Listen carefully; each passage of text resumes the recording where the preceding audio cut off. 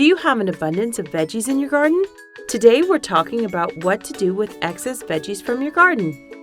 Welcome to Building My Veggie Garden.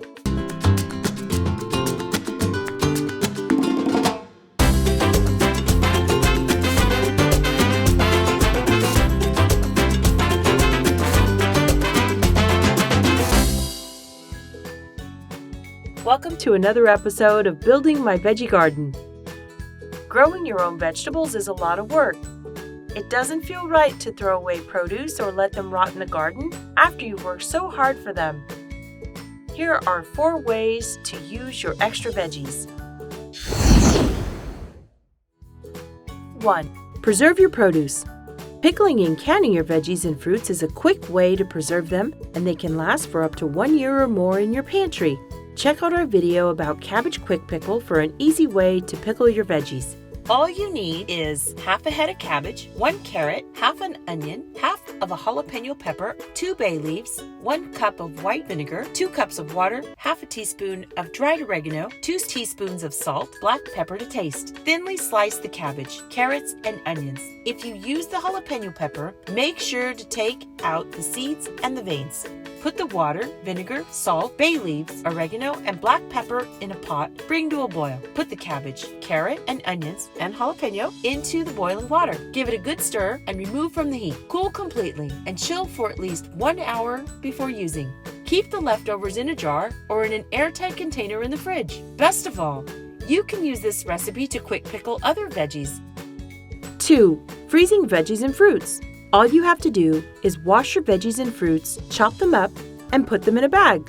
If you use a vacuum sealer, your produce will be protected from moisture, oxygen, and heat. Frozen produce can last from 8 to 12 months in the freezer. 3. Give your veggies to family and neighbors. It's the season of giving, and making a bundle of your hard work into a holiday gift is a nice way to share your passion and perhaps bring people into gardening with you.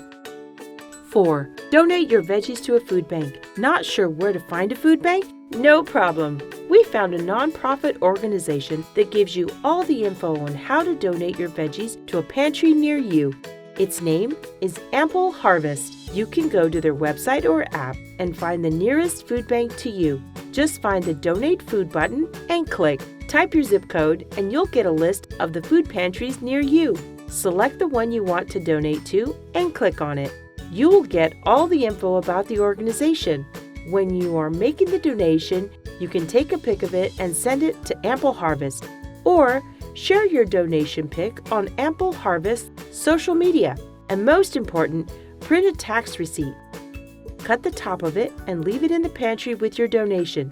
Then, fill up the tax receipt with your info. Your donation is tax deductible, so keep this receipt for your records. There are other organizations that will take your fresh produce donation, like Feeding America, that operates food banks all over the USA. Just search for your favorite organization online and contact them. It's the season of giving. We found out about a nonprofit organization in Guatemala that had a program called Seeds of Hope. This program serves single moms by giving them seeds and seedlings for them to grow vegetable gardens. These single moms use their harvest to feed their family and support themselves. We were very happy to have been able to donate seeds and seedlings to this program. This is the season of giving. We encourage you to share your abundance and blessings with those who are in need. And also we invite you to check our agua de Jamaica recipe for an awesome holiday drink. Roselle Te, or Agua de Jamaica. Ingredients: 4 cups of water, 1 cup of Roselle hibiscus calyces dried or fresh, 1 stick of cinnamon stick, 1 thin slice of ginger, 3 allspice berries, a pinch of ground nutmeg, half a cup of monk fruit sugar, brown sugar, or the sweetener of your choice. It may take less or more depending on how you like it. Preparation: put 3 cups of water into a pot with the spices and bring them to a boil. Once the water is boiling, pour the Roselle into the water. Continue boiling for 7 minutes. Let it sit for about 10 minutes. Strain into a teapot if you want a hot beverage, or a pitcher if you want a cold beverage. Add the last cup of water and sweeten it to your taste with the monk fruit or sweetener of your choice. Serve as a hot beverage or serve over ice as a cold beverage.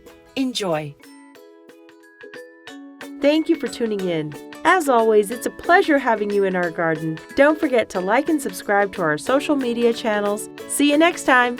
Bye!